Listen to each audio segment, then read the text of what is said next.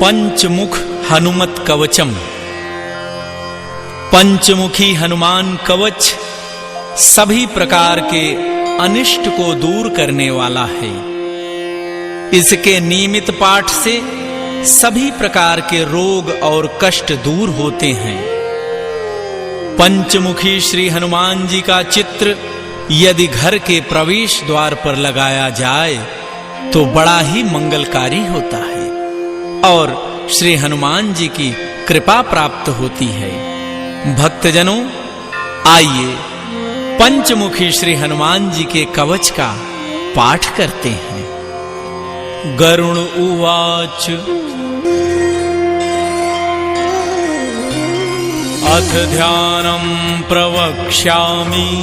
शृणु सर्वांग सुंदरम यत्कृतं देवदेवेन ध्यानं हनुमतः प्रियं पंचवक्त्रं महाभीमं त्रिपञ्चनयनैर्युतं बाहुभिर्दशभिर्युक्तं सर्वकामार्थसिद्धिदं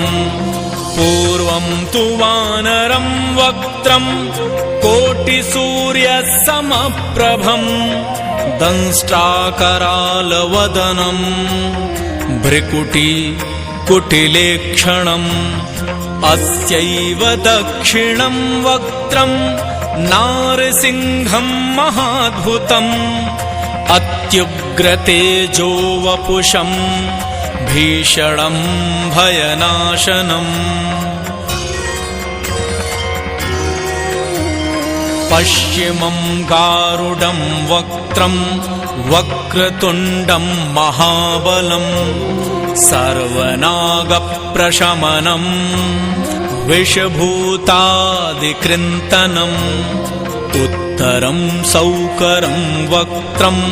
कृष्णं दीप्तं नभोपमं पातालसिंहवेताल ज्वररोगादिकृन्तनम्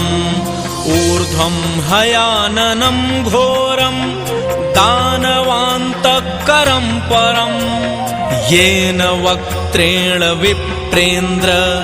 तारकाख्यं महासुरं जघान शरणं तत्स्यात् सर्वशत्रुहरं परं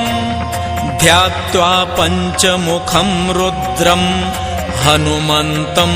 दयानिधिम् खड्गं त्रिशूलं खट्वांगं पाशं कुशपर्वतं मुष्टिं कौमोदकीं वृक्षं धारयन्तं कमण्डलुं भिन्दिपालं ज्ञानमुद्रां दशभिर्मुनि पुङ्गवम् एतान्युधजालानि धारयन्तं भजाम्यहम् प्रेतासनोपविष्टं तं सर्वाभरणभूषितं दिव्यमाल्याम्बरं धरं दिव्यगन्धानुलेपनम् सर्वाश्चर्यमयं देवं हनुमद्विश्वतोमुखम् पञ्चास्यमच्युतमनेकविचित्रवर्णं वक्त्रं शशाङ्कशिखरं कपिराजवर्यं पीताम्बरादिमुकुटैरूपशोभिताङ्गं पिङ्गाक्षमाद्यमनिशं मनसा स्मरामि।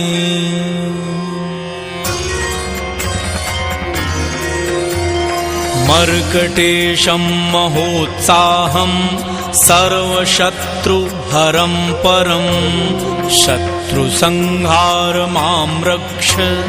श्रीमन्नापदमुद्धर ॐ हरिमर्कटमर्कटमन्त्रमिदं परिलिख्यति लिख्यति वामतले यदि नश्यति नश्यति शत्रुकुलं यदि मुञ्चति मुञ्चति वामलता इदं कवचं पठित्वा तु महाकवचं पठेन्नरः एकवारं जपे स्तोत्रं सर्वशत्रुनिवारणं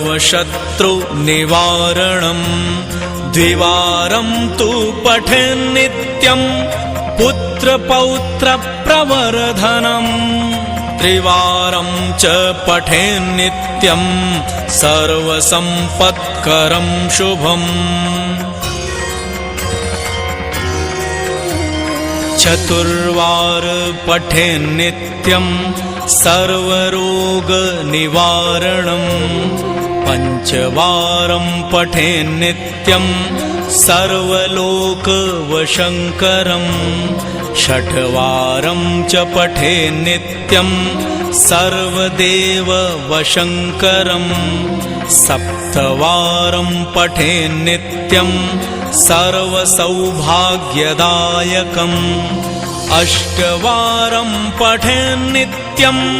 अष्टकामार्थसिद्धिदम् नववारं पठेन्नित्यं राजभोगं वाप्नुयात् दशवारं पठेन्नित्यं त्रैलोक्यज्ञानदर्शनम् रुद्रावृत्तिं पठेन्नित्यं सर्वसिद्धिर्भवेद्ध्रुवम् कवचस्मरणेनैव महाबलं वाप्नुयात् इति पंडित शिवदत्त मिश्र शास्त्री विरचिते हनुमद्रहस्ये सुदर्शन संहितायां श्रीरामचंद्र सीता प्रोक्तं पंचमुख हनुमत्कवचं संपूर्णम्। श्री हनुमते